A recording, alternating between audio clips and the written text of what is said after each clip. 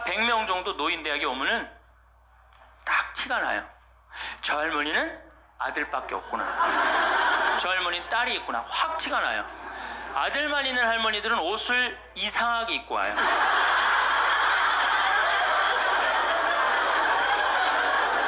그 몸빼 바지 비슷한 거 입고 와요. 아들만 있는 할머니. 아니 관광버스를 타고 여기까지 오는데 1박 2일을 오는데 멋을 좀 내야 되는데 하여튼 몸빼 바지 비슷한 거 입고 와요.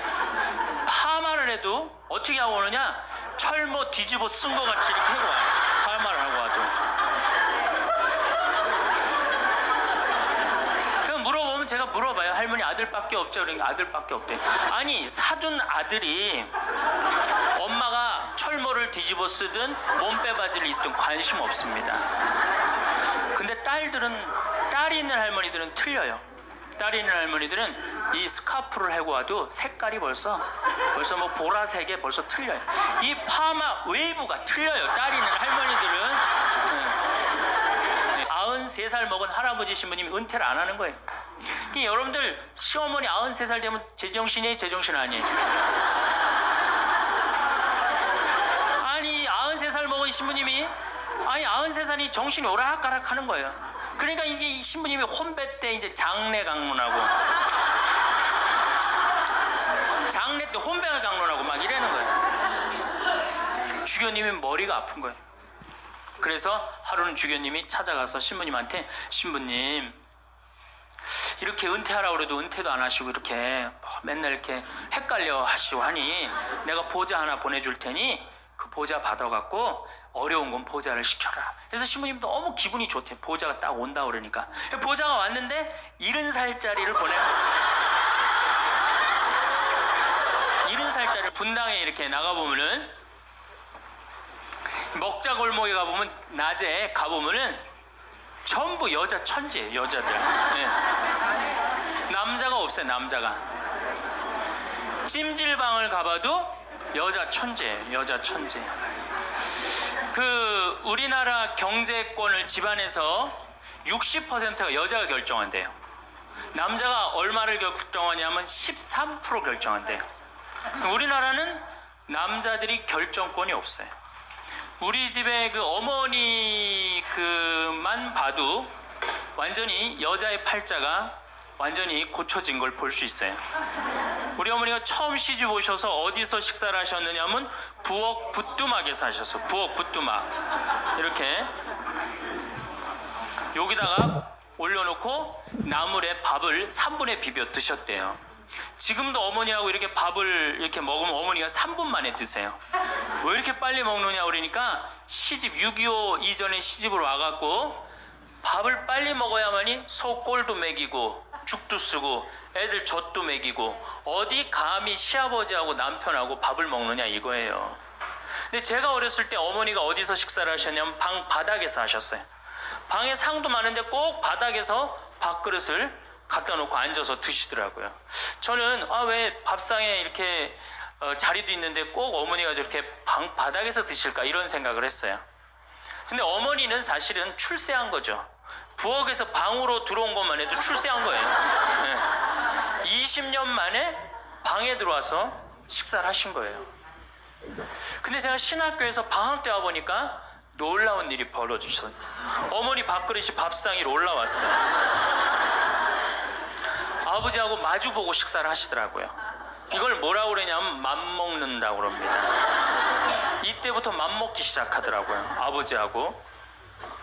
목소리가 어머니 목소리가 그전에는 어머니 목소리가 커졌던 기억이 안 나는데 밥상 위에 밥그릇이 올라오면서부터 이게 어머니 목소리가 더 커지기 시작했어요. 근데 제가 이제 신부돼 갖고 한 달에 한 번 집에를 가는데 이젠 더 놀라운 일이 이제 벌어졌어요. 어떤 일이 벌어졌느냐면 이제 밥을 아버지가 차려 드세요. 어머니가 안 차려주세요. 아버님 하시는 말씀이 엄마 성당 간다고 가방 들고 나가시면은 해 떨어지기 전까지는 안 들어온대요.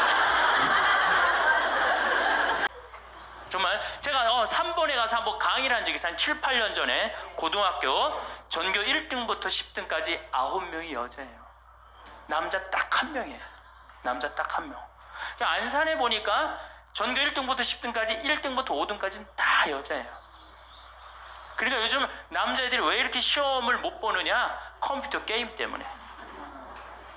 그 다음에 음란 사이트 때문에. 그 다음에 개떼처럼 돌아다니는 특성 때문에 남자애들이 여자애들을 따라갈 수가 없대. 혹시 우리 집에 남자만 아들만 난 낳았다 손 들어보세요. 우리 집에 아들만 있다 손 들어보세요. 이 집은 이제 망한 거예요.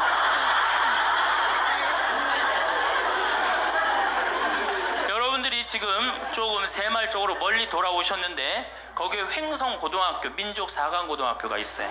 그런데 10년 전에는 여학생이 한 명도 입학을 못했어요. 근데 재작년부터 여학생이 훨씬 많이 입학을 합니다. 어딜 가도 여자가 약진을 하고 있어요. 2007년 여러분들 의사, 변호사, 회계사, 약사 이거 고소득 일자리에 70%가 여자가 차지해요. 남자는 30%밖에 못 차지해요. 그러니까 완전히 이 여자 세상이 온 거죠. 일본의 골드만 삭스라는 이게 굉장히 중요한 통계인데 이 여성들이 얼마나 중요하냐 115개 기업을 조사를 했는데 여성 이사가 있는 회사는 10년간 일본이 90년서부터 2000년까지 0% 성장을 하죠. 10년간 주식이 96% 오른 건 다 여성 이사가 있는 회사만. 그때 일본은 전체적으로 몇 프로 올랐느냐? 13% 올랐다는 거예요. 우리 집에 이제 딸이 있다. 그렇다면 이제 역사의 한 페이지를 장식할 인물이 나올 거예요. 여기 계신 분들 중에 내가 아들을 놓으면은 처음에 아들이 고추 달고 딱 나오면 뭔가 여자로서 일을 해낸 것 같죠? 그렇죠? 내가 드디어 이 시집에 와서 이 집에 이제 대를 잇는구나. 그리고 이놈이 이제 고추를 달고 막 뛰어다니면 그렇게 뿌듯하대요. 쳐다만 봐도. 그렇죠? 근데 이제 이놈이 이제 고등학교에 가고 콧수염이 나기 시작하면은 멀어지는 거예요. 사촌이 돼버리는 거예요. 사촌이. 엄마를 봐도 말도 안 하고 씩 자기 방에 들어가고 다정하게 말 건네는 게 없어요. 뭐 어렸을 땐 막 안기기도 했는데 이건 뭐 자기보다 훨씬 큰 놈이 안기지도 않고 이 대학교 가면은 얼굴 보기 힘들어지는 팔촌이 됩니다. 이제 장가를 가면 이제 사돈이 돼버리죠.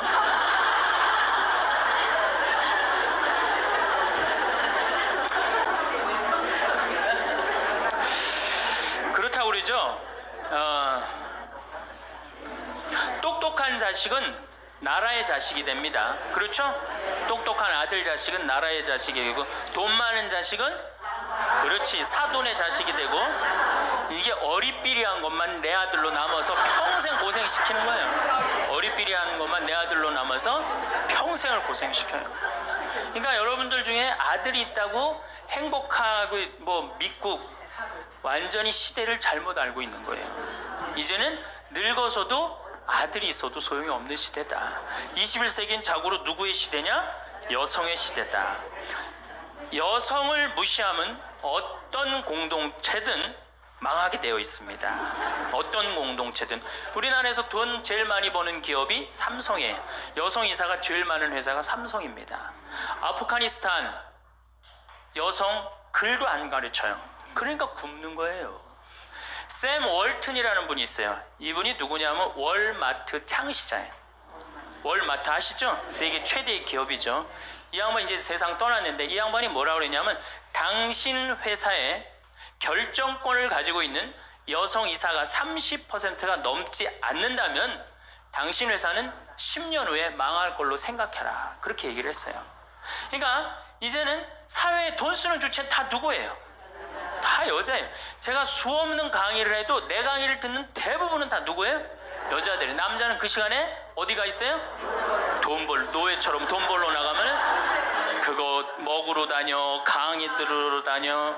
그러니까 돈을 쓰는 주체가 여성이기 때문에 여성을 이해하지 못하는 공동체는 망하게 돼 있어요. 그 많은 기업가들이 그걸 간파한 거예요. 제일 먼저 망할 때가 어디야? 한국 천주교. 모든 결정권이 누가 있어요?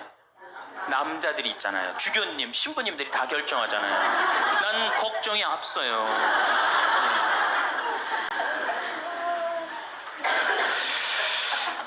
사회는 변해가는데 교회는 이 엄청난 시대의 변화를 이해하지 못하고 있어요. 따라가지 못하는 거죠. 그러니까 성당 나오는 대부분의 정말로 이 신앙생활하는 대부분의 우리 고객은 신앙생활하는 교우들은 누구예요? 여성이란 말이야. 근데 신부들이 뭘 알아요? 여러분이 뭐 때문에 괴로워하는지 알아요? 몰라요. 한 걸음 건너는 거예요. 이 늙은 나이 드신 할머니들은 뭐 때문에 괴로워요? 그놈은 며느리 때문에 괴롭잖아요. 근데 우리가 며느리 때문에 괴로워하는 시어머니를 잘 이해합니까? 못하죠. 젊은 여러분들은 뭐 때문에? 죽지도 않는 시어머니 때문에 괴롭잖아요. 성당에 와서 앉아 있어도 답답한 거예요. 정말 그런 뻥 뚫리는 얘기 별로 못 들어요. 그러니까 우리 천주교가 사실은 뭐 400만이다 500만이라 그래도 미사 참여는 120만 밖에 참여를 안 합니다. 그러니까 4식구 중에 한 식구만 주일날 와서 밥 먹는 거예요. 망한 거죠. 사실은 엄격하게 보면은. 얼마 전에 학년만 넘어서 갖고 중학교 1학년만 되면요, 갑자기 엄마보다 애가 커져요. 딸은 그래도 괜찮아요. 아들놈이 이렇게 커지면요 확 커집니다. 그래갖고 이제 학원을 땡땡이를 깠어. 애가 너 이놈의 새끼 왜 학원 땡땡이 까고 그래? 너 공부 빨리 해야지. 좋은 대학 가서 너 출세하고 행복하지. 뭐가 좋은 대학 가는 게 행복해? 그래갖고 딱 때리려고 그러면 말 안 들으면 때리려고 그러죠. 여러분들 그러죠? 그러면 이제 아들이 딱 엄마 손을 딱 잡고 내려다보면서 중요한 밀쳐내면서 뭐라고 그러냐면은 이거 왜 때리냐고 말로 하자고. 여러분들 중고등학교 자식한테 맞는 부모가 14%예요. 이 지금 웃으면서 우리가 얘기를 해서 그렇지 실질적으로 심각한 가정 너무나 많습니다. 실질적으로. 왜? 엄마가 어디 있어? 우리 애들한테 관리자만 있지. 얼마 전에 반포 성당에서 교육을 받으러 오셨어요. 강의 끝나고 반포 자매님 한 분이 저하고 얘기를 할 기회가 있어서, 신부님 제가 중국집을 합니다. 그래도 반포에서 합니다. 꽤 잘 되는 음식점입니다. 제가 중국 음식점에 엄마들이 점심 때 갖고 탕수육 하나 시켜갖고 애 스케줄 관리해 준다는 거야. 아니 그거 시켜놓고 학원 어디 가고 몇 시에 뭐 가고 야, 애가 행복할 것 같아요? 어림도 없는 소리예요. 그러니까 얘네들이 무슨 병에 걸리냐면 번아웃 병에 걸려요. 하느님이 인간으로 태어났으면 10살 때 쓸 거 20살 때, 30살 때, 40살 때, 50살 때 쓸 에너지를 줬는데 이거를 유치원부터 초등학교 때까지 다 태워 없앤 거예요. 그러니까 중학교만 올라가면 애가 에너지가 하나도 없어. 텅 비었어. 그래갖고 무슨 병에 걸리냐면 귀찮아 병에 걸려. 뭐 좀 하자 그러면 뭐라 그래? 엄마 귀찮아. 좀 나 좀? 나도. 아무것도 하기 싫은 거예요. 그렇게 시달렸으니, 아니 초등학교 때는 4시간, 8살짜리가 4시간 공부하면 많이 한 거 아니에요? 공부? 근데 요즘 애들이 어떻게 해요? 밤 10시까지 학원을 다녀요. 그래서 한 애가 자살을 했잖아요. 근데 유서를 써놨는데 뭐라고 써놓고, 아버지는 8시에 들어오는데 왜 내가 10시에 들어와야 되느냐. 4학년 애가 초등학교. 이렇게 인생이 힘든 거라면 죽겠다. 그리고 뛰어내려서 죽었어요. 이거 누가 만드는 거예요? 여러분들이 만드는 거예요. 여러분들이 도대체 인생을 어떻게 살면 행복하고, 우리가 내 아이에 맞게 살아가야 되는데 내 아이가 공부만 못하면 뭐라 그래? 너 커서 뭐가 될래? 어? 근데 유태인들은요 공부를 못해도 애 기를 안 죽인대요. 우리는 공부 못하면 애 기죽여, 인간성 나빠, 불효자의 천하의 몹쓸 놈이야. 꼴뚱하면은. 근데 유태인들은요 꼴뚱을 하면은요 부모가 애 기를 절대 안 죽인다. 꼴뚱하는 것도 서러운데 집에서 기까지 죽이면 애는 어디로 가라고. 그러니까 너 꼴뚱해도 괜찮아. 커서 돈만 많이 벌어. 지금 반에서 1, 2등 하는 애들 다 네가 나중에 비서로 쓰고 회계사로 쓰면 돼. 걔네들 지금 열심히 공부하는 이유가 다 너를 위해서 공부하는 거야. 완전히 애 기를 살려주는 거예요. 그러니까 스티븐 스필버그가 나오는 거예요. 여러분들 스티븐 스필버그가 고등학교 2학년 때 학교 적응을 못해서 학교를 관둡니다. 그리고 지지나 반에 편성돼요. 지지나 반에. 그런데 엄마가 어떻게 했느냐? 우리 아들은 영화를 좋아하니까, 우리 아들은 상상력이 좋으니까 훌륭할 거야. 끊임없이 아이의 길을 살려줘요. 이 사람이 어떻게 됐어요? 세계 최고의 감독이 된 거예요. 그 상상력 하나만 가지고. 엄마가 만약에 공부 꼴 지지나반, 이 지지나반에 들어간 이 지질이 복도 없는, 내가 팔자도 없지, 이랬다면 스티븐 스필버그가 나오지 않았을 거예요. 근데 우리나라는 꼴등하면 인간성 나쁘고 불효자고 부모님 마음 이해 못하고, 사실은 꼴등하는 애들이에요. 여러분들 성격 좋은 애들이 꼴등하는 거예요. 이 유한 애들이 독한 놈들이 1등하는 거예요. 여러분들 자식들 중에 1등하는 애들이 있으면 독한 애들이에요. 그거 좋아할 거 하나도 없어요. 자, 이제 우리가 자녀들, 이제 엄마들이 무슨 생각을 하냐면, 내가 내 아이를 정말로 행복하게 키운다는 생각, 아니면 차라리 신앙으로도 키워야 되는데, 이게 대학에 미쳐있기 때문에 중학교 3학년, 고등학교 3학년 때 미사를 안 나가면은 은근히 눈을 감아줘요. 은근히 눈을 감아줘요. 이때 막 강하게 얘기를 안 합니다. 근데 사실 이게 이제 우리가 정말로 잘못 키우는 거죠. 자식을 완전히 잘못 키우는 거예요. 우리가 우리 자식들을 질서를 알게 키우든가, 아니면 예의를 알게 키우든가, 아니면 사랑을 알게 키우든가, 봉사를 알게 키워야 되는데, 너 편안하고 너 1등만 하면 최고야. 네가 1등만 하면 모든 게 다 용서돼. 그런 거예요.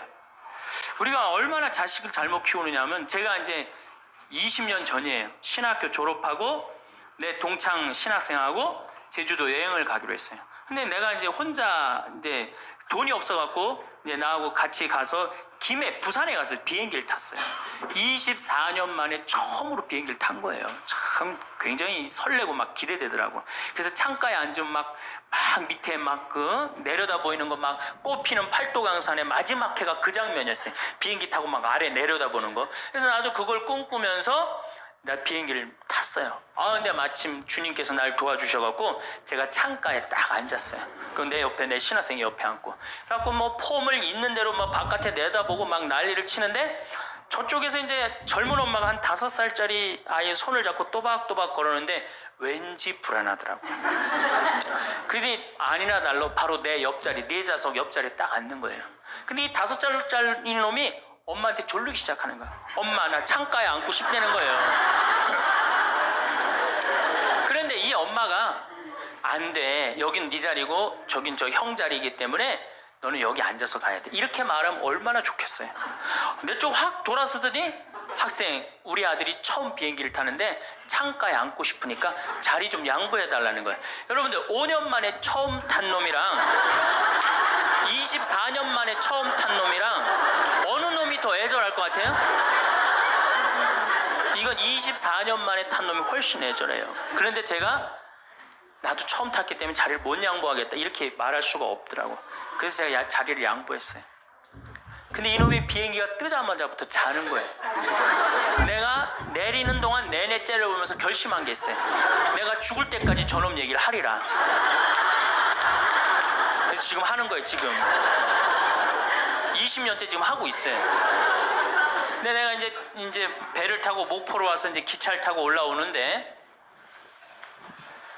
목포에서 조금 광주쯤 지났을 거예요. 어떤 아이가 초등학교 한 4학년쯤 되는 애가 막 땀을 막 삐질삐질 흘리면서 배를 움켜쥐더라고요. 너 왜 그러냐니까 배가 너무 아프대. 나는 이제 좌석에 있고 그 안에 서서 있는데, 비행기 자리도 내준 놈이 기차 자리 하나 못 내주겠어요? 너 여기 와서 앉아라. 나 괜찮으니까. 그래갖고 얘가 이제 내 자리에 앉아서 한 30분을 가는데, 그 엄마가 한참 보더니 일으키더라고요. 너 일어나라고. 그 학생한테 자리를 내주라고. 나 괜찮다고. 근데 그 엄마 말이 아직도 기억에 나요. 내 아이가 난 질서를 아는 아이로 자랐으면 좋겠다. 아프다고 이렇게 다 하면은 나중에 커서 얘가 뭘 알겠냐. 자기 편안한 대로 살 거 아니냐. 그러니까 나를 도와달라고 그 엄마가 그러더라고요. 이제 시간이 지나서 나는 그렇게, 지금 그 비행기에서 내 자리 뺏은 놈은 지금도 엄마 속을 썩일 거고, 그 기차 자리에서 일어난 아이는 지금 엄마의 영광이 됐을 거예요. 근데 우리가 자식을 키울 때 어떤 기준으로 키우느냐, 이 굉장히 중요합니다. 어쨌든 신부님은 결혼을 안 해갖고 자식의 소중함을 몰라서 그런 답답한 소리를 합니다. 그래갖고 이제 어떻게, 내 아이가 이제 서울대학을 갈 줄 알았더니 지방 무슨 제3대학을 졸업을 했어. 네. 졸업을 해갖고 취직을 했어. 그럼 부모 역할 다 한 거야, 안 해요? 부모 역할 다 한 거예요. 역사적으로 자식이 농사를 지을 줄 알았으면 부모 역할 다 했어요. 공자님 시대 평균 연령이 몇 세였냐면 38세였어요. 16세 시집을 가갖고 32, 33 되면 내 아이가 16이 됐을 때 부모가 기다려줬어요? 안 기다려줬어요? 안 기다려줬어요. 죽었어요. 그러니까 옛날엔 자식이 부모한테 애절합니까? 안 애절합니까? 애절해요. 죽지 말라고. 그러니까 옛날엔 장남이 어머니 아버지 돌아가시면 어떻게 해요? 손가락 깨물어서 단지해드렸어요. 입에다 피 넣어드렸어요. 그건 어느 장남이나 부모가 30대 돌아가면 다 합니다. 그리고 허벅지 잘라갖고 고기 먹고 싶다면 자기가 직접 해주고, 그게 뭐 상상이 안 가는 일이지만 옛날에는 그게 가능했어요. 왜? 이렇게 날 키우고 지금 죽으면 어떻게 하느냐. 그리고 옛날에 장남이 죽지 말라고 그러는 이유가 있어요. 왜 죽지 말라고 그러면 동생이 13, 17, 4, 1살이란 말이야. 아니 이렇게 나눠놓고 지금 죽으면 이거 누가 키워야 돼? 장남이 키워야 되잖아요. 그러니까 죽지 말라고 그랬던 거예요. 근데 우리 어머니가 60까지 살았어. 그러면은 이 1살이 시집 장가 가는 나이예요. 그러니까 장남이 너무 고맙다고 이렇게 내 동생 다 키워줘서 너무 고맙다고 잔치를 해준 게 바로 회갑잔치, 환갑잔치예요. 그러니까 옛날에는 환갑이 굉장히 의미가 있었어. 근데 요즘은 환갑을 차려줬는데도 이게 안 죽네.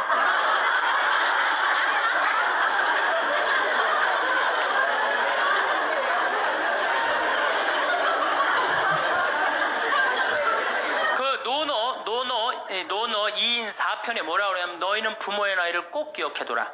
부모를 모실 날이 얼마 남지 않은 것을 생각하고, 그 다음에 부모가 살 날이 얼마 남지 않은 것을 생각하고 부모의 나이를 꼭 기억하라고 그랬어요. 나는 그걸 읽고 우리 어머니가 얼마 살 날이 얼마 남지 않았구나 그런 생각을 하고 매년 나이를 기억해뒀어요. 근데 이제는 포기했어요. 헷갈려요. 몇 살을 사시는지. 그리고 어머니가 60대 뭐라고 그러셨느냐면은 에휴 늙으면 죽어야 돼. 늙으면 죽어야 돼. 그래서 그때 굉장히 내가 그 논어를 막 한참 읽을 때라 정말로 내가 부모한테 잘해야 되겠구나. 본수원 갈비집에 가고 갈비 한 번 더 사드리고 전화 한 번 더 드리고 했어요. 근데 이제 요즘은 이제 그 얘기 들으면 막 화가 나요. 그 얘기 한 지 벌써 16년이 지났어요. 죽을 기미가 안 보여요. 그래서 제가 2년 전에 어머니한테 가서 그랬어요. 어머니 자식들 앞에서 이제 늙으면 죽는다는 소리 하지 말아라. 자식들 사기치는 것도 아니고 이게 뭐냐. 그런데 설날 집에를 갔는데 어머니가 이게 자식들이 거실에 꽉 찼는데 무슨 속상한 얘기를 하는데 늙으면 죽 그러다 저하고 눈이 딱 마주쳤어요. 늙으면 죽 그러시다 마시더라고요. 이제 늙어도 안 죽어요.